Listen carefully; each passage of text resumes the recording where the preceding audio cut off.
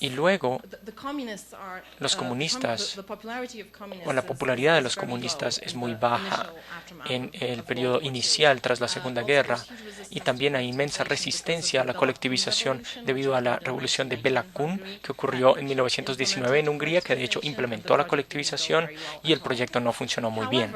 Sin embargo, después de apaciguar a las rebeliones húngaras y del establecimiento de János Kara, un líder comunista que decidió inundar a la sociedad con bienes de consumo para apagar la resistencia, comienza a avanzar de nuevo el comunismo y pueden inducir a los campesinos que antes tenían tierra y comenzar este proyecto de colectivización tardío.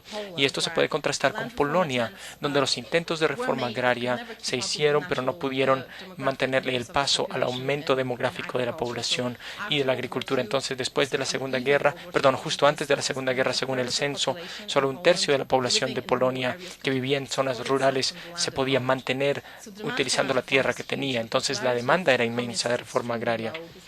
La popularidad era extremadamente baja. Y aquí vemos el rojo tiene la baja popularidad de los comunistas. Los comunistas tenían que implementar la reforma agraria, no tenían elección. Más aún, con el tiempo su popularidad a duras penas aumentó,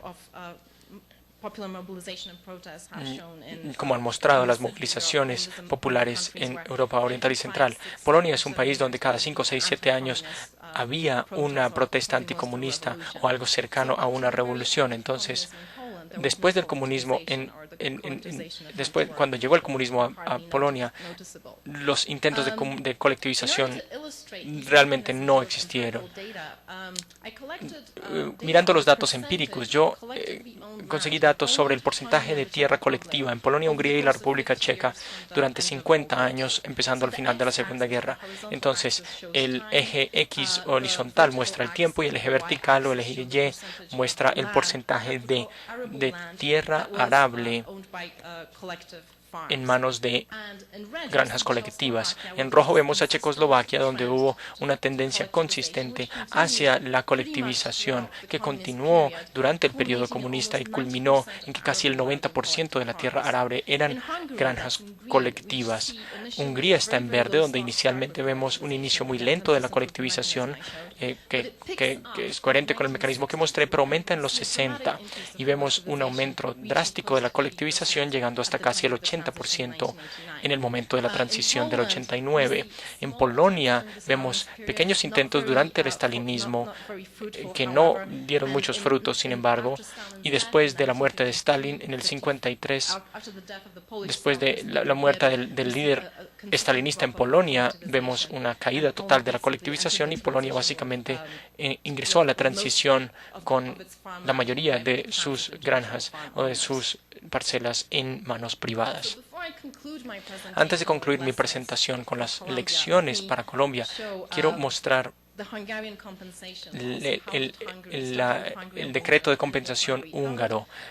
Comencé y termino con Hungría. Cómo los húngaros manejaron esta acumulación de capas de reclamos a través de la arianización, luego reforma agraria y luego colectivización. Ellos adoptaron lo que se puede llamar como una regla regresiva proporcional para la gente que tenía propiedades entre 0 y 200 hectáreas. Ellos recibieron toda su tierra de regreso. Entonces, la zona horizontal muestra la cantidad que se exige y en la vertical la cantidad que de hecho se dio. Entonces, hasta 200,000, todo el reclamo se restituye. Entre 200 y 300,000, solo el 50% se restituye. De 300 a 500,000, baja el 30%. Y más de 500,000 a 100,000 es el 10%. Y después de 100,000, después de 1,000,000,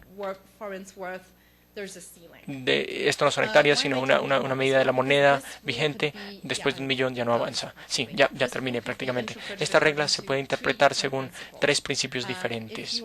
Si uno es Jan o Paola, uno puede decir que esta es una reconciliación de los principios de restitución y de redistribución y justicia redistributiva, porque se le está dando más a personas que perdieron cantidades más pequeñas y que quizá necesitan estas cantidades para para subsistir. Si uno es Karl Marx, uno diría que esto puede ser una respuesta a la necesidad y que se le está dando más tierra a los que más la necesitan. Si uno es Stephen Holmes, uno puede hacer otra observación, la cual es que los políticos, como el partido de los minifundistas, que es un partido en Hungría, querían mantenerse en el poder y convencieron a tantos ciudadanos como fuera posible de votar por ellos. Y ya que el número de personas que tenían estos reclamos pequeños, bajo 200.000, es mucho mayor al número de personas que tienen reclamos de más de 1 millón, entonces lo racional es entregarle proporcionalmente más propiedad a aquellos que tienen menos tierra.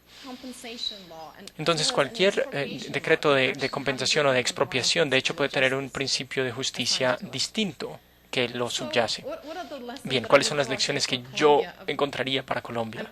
Y no debo decirlo, creo que ustedes saben que no soy una experta en la reforma agraria colombiana y he aprendido muchísimo entre ayer y hoy, pero lo que yo diría es que estoy de acuerdo completamente con María Paola en que cada vez que una mala reforma agraria se implementa es peor quizás que ninguna reforma agraria, porque lo que hace es que potencialmente crea otra capa de reclamantes, lo cual aumentará el número total de agentes que tienen un reclamo de un terreno en particular. Así que esta mala reforma agraria es peor que ninguna.